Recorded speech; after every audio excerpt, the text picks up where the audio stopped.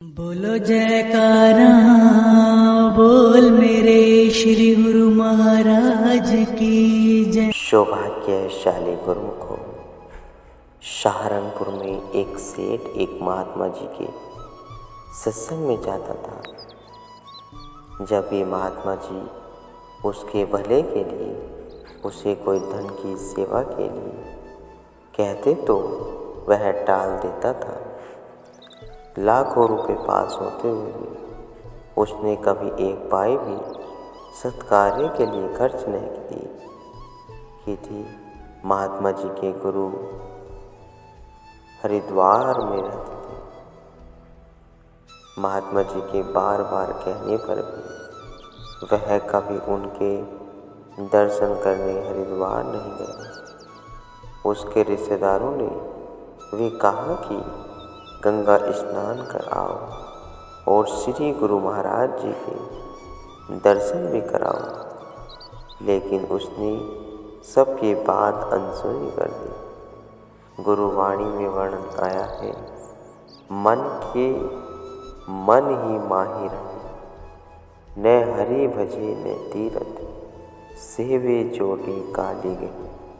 अतः मन की बात तो मन में ही रह गई, न प्रभु का सुमरण किया, न किसी धार्मिक तीर्थ स्थान पर जाकर कोई सेवा की, परंतु मृत्यु ने उसे आन दबोचा। यही हाल उस सेठ का हुआ। अचानक एक दिन काल ने आकर उसको पकड़ लिया और वह मृत्यु के मुख में समा गया। उसके रिश्तेदारों और बेटों ने सलाह की, जीते जी तो यह हरिद्वार नहीं गया, अभी इसके मृतक शरीर को ही गंगा में प्रवाह कर दिया जाए। ऐसे सोच वे हरिद्वार की ओर रवाना हुए। जब लक्सर पहुँचे तो रात को थोड़ा विश्राम करने के लिए वहाँ रुके। वह सेठ के शरीर को एक खाली कोठरी में रख स्वयं सत्संग और गंगा स्नान की महिमा गाने लगे। देवयोग से उस कोठरी में एक घोड़ी सोया हुआ था। उसने उनकी बातें सुनी। उसके मन में विचार आया कि यहाँ मरने की अपेक्षा क्यों न मैं हरिद्वार जाकर मरूं। पर वह यह सोचकर उदास हो गया कि उसे इस अवस्था में हरिद्वार कौन ले जाएगा। उसने एक युक्ति सोची। धीरे धीरे सेठ के शरीर से कपड़ा उतार कर उसके शव को वहीं जमीन पर रख कर वह स्वयं खाट पर लेट गया। उधर उन्होंने थकान उतार कर अंधेरे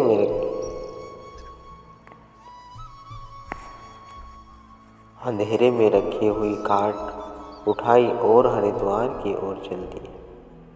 जैसे ही खाट नीचे रखी, वह घोड़ी जय गंगा मैया की कहता हुआ उठ खड़ा हुआ। वे सभी हैरान हुए उसके मुंह की तरफ देखकर पूछने लगे कि तुम कौन हो और सेठ का शरीर किधर गया है। घोड़ी ने जवाब दिया कि मैं बहुत दुखी और बीमार हूँ। मेरे दिल में यह तीव्र उत्कंठा थी कि मैं हरिद्वार जाऊँ, पर मुझे ऐसा है को यहाँ कौन लेकर आता। इसलिए सेठ का शरीर को वहीं उतार मैं खाट पर लेट गया।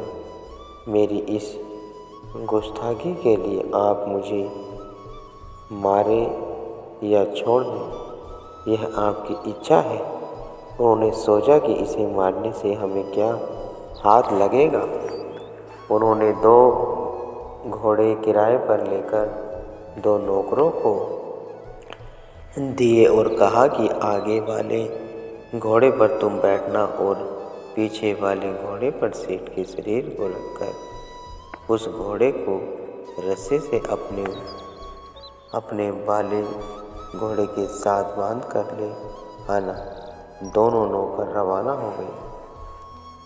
वहां पहुंचकर उन्होंने एक घोड़े पर सेठ के शरीर को रखा और रस्सी बांधकर स्वयं दूसरे घोड़े पर जा चढ़े। कुदरत का संयोग है, जिस घोड़े पर सेठ का शव रखा था वह विरक्ता था। थोड़ा आगे आने पर वह रस्सा छुड़वाकर भाग खड़ा हुआ और भागते भागते सहारनपुर जा पहुंचा। शहर के लोगों ने कपड़ा हटाकर देखा तो वह पहचाना कि यह तो सेठ का शव ही है। सेठ के रिश्तेदारों ने सबका वहीं अग्नि संस्कार कर दिया और जो हरिद्वार गए थे उन्हें वापस बुला लिया। यह जानकर भाभी ही ऐसी होगी, वे उसकी अस्थिया को हरिद्वार के प्रभाव करने की सोचने लगे।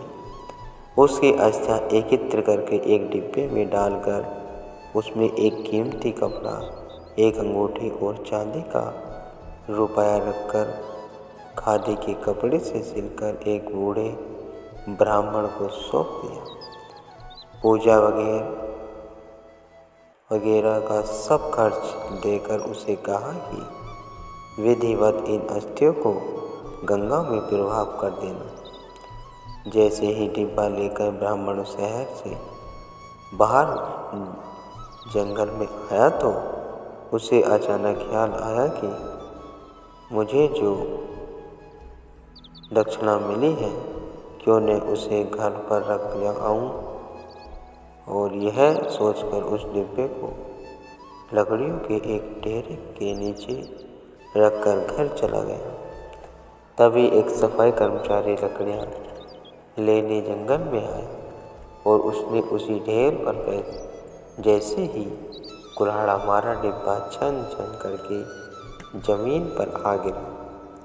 उसने डब्बा खोला और उसमें से कपड़ा, अंगूठी वह चांदी का रुपया निकाल लिया।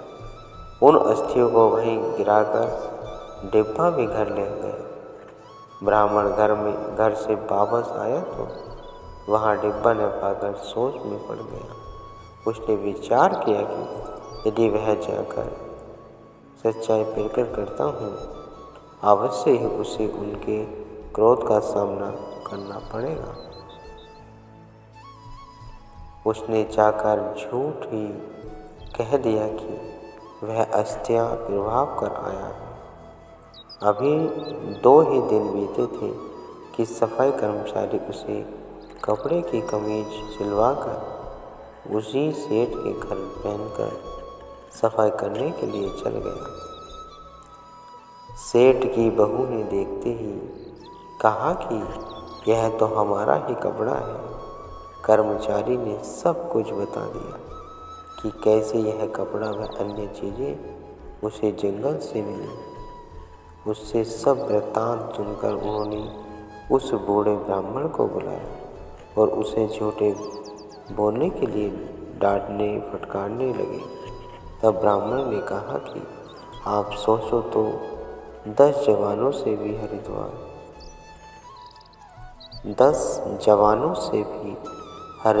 न पहुंच पाया, वह एक मेरे बूढ़े ब्राह्मण द्वारा कैसे पहुंच सकता था।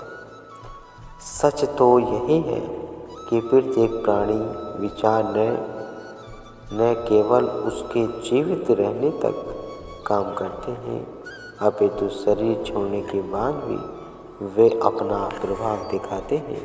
इसलिए किसी का कोई दोष नहीं, यह सब अपने विचारों की दृढ़ता का परिणाम है। शरीर छोड़ने के बाद अपने ख्यालों के अनुसार ही जीव की गति होती है।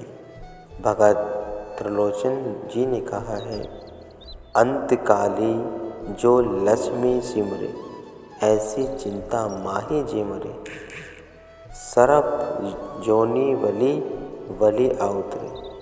भाव यही है, जो अंत समय धन में श्रुति फंसा लेता है उसे बार बार सर्प योनि में जन्म लेना पड़ता है। उस ब्राह्मण ने कहा कि जहाँ उस सेठ का धन दबा पड़ा है उसकी आत्मा ने सर्प बनकर वहीं वास किया होगा। यह सुन सेठ के बेटों ने वहाँ जाकर देखा तो सचमुच ही एक फनिहार सर्प वहाँ बैठा फुंकार रहा था। उसे मारकर बेटों ने उस धन को सफल करने की सोची, लेकिन माया के विषैले प्रभाव को अमृत में बनाना सरल कार्य नहीं है। यह सामर्थ्य तो सत्पुरुषों के पास होती है जो माया को भक्ति रूप बनाकर दुखदाई से सुखदाई बना देते हैं। सेठ के बेटों ने अपने मन के ख्यालों से उस धनराशि से एक धर्मशाला बनवाई। जैसे ही सेठ के कमाया हुआ धन धर्मशाला में लगाया तो उसकी आत्मा ने प्रेत योनि में जाकर उसमें वास कर लिया। पुनः वर्णन करते हैं, अंतकाली जो मंदिर सिमरे ऐसी चिंता माही जे मरे, प्रेत योनि वली वली आ उतरे।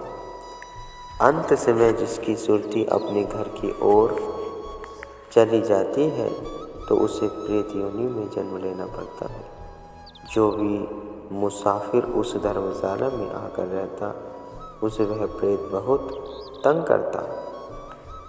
आखिर पूरे शहर में यह बात फैल गई कि इस धर्मशाला में प्रेत रहता है। प्रेत के डर से कोई भी आदमी उस धर्मशाला में नहीं टिकता था। जो संतों का कहना नहीं मानते वे अपने कर्मों का हिसाब स्वयं देते हैं। ऊपर दिए हुए उदाहरण से समझ सकते हैं कि विचार जीव को कैसे भटकाते हैं। जीते जीव भी अपने अंदर जैसा ख्याल सुदृढ़ कर लेता है उसका परिणाम उसे शरीर रहने तक ही नहीं अपितु मृत्यु उपरांत भी भुगतना पड़ता है। यह सब अज्ञानतावश बुद्धि की मैल के कारण है। इसलिए इंसान को विचार करना चाहिए कि अज्ञानता का यह अंधकार कैसे दूर हो। इंसान को संसार में किस प्रकार रहना चाहिए। जैसे हम कपड़े पहनते हैं, स्वयं उस पर मिट्टी न भी डालें तो भी अगले दिन वह मैले ही हो जाते हैं। जैसे घर में हम मिट्टी नहीं डालते तो भी झाड़ू लगाने से मिट्टी निकल ही आती है। दांतों पर रोज हल्की पीली तह चढ़ जाती है। इसी प्रकार बुद्धि पर मायावी विचारों और कुसंग का प्रभाव चढ़ ही जाता है। हमें भले ही यह दृष्टिगोचर न हो, किंतु यह धीरे धीरे अपना प्रभाव डाल ही देता है। जैसे नाखून और बाल बढ़ते रहते हैं लेकिन पता बाद में चलता है, वैसे ही बुद्धिमान जो अति सूक्ष्म है उस पर धीरे धीरे मैल चढ़ जाती है। पहले तो उसका कुछ पता नहीं चलता, किंतु उसका परिणाम बाद में दृष्टिगोचर होता है। इंसान का स्वभाव पशु समान हो जाता है। क्रोध और अहंकार के कारण उसे कितनी ही मुश्किलों का सामना करना पड़ता है। मोह और काम के कारण उसे कितनी ही बीमारियां घेर लेती हैं। लोभ आदि विकारों के कारण मित्र भी शत्रु बन जाते हैं। विचार इतने दूषित हो जाते हैं कि कभी कभी वह अपनी अनमोल जिंदगी को स्वयं ही समाप्त कर देना चाहता है।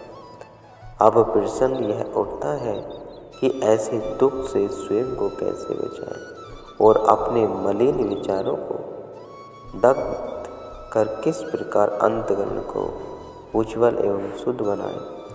सतगुरु के नाम की रोशनी में सफर करने से जीव के मन की सब कलुषता धुल जाती हैं।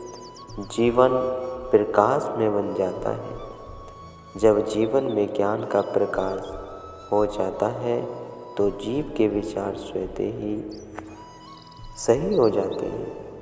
वह स्वयं भी सुखी हो जाता है और जो उसके संग में आते हैं वे भी दुखों से छुटकारा पाकर सुखी हो जाते हैं। गुरुमुखो।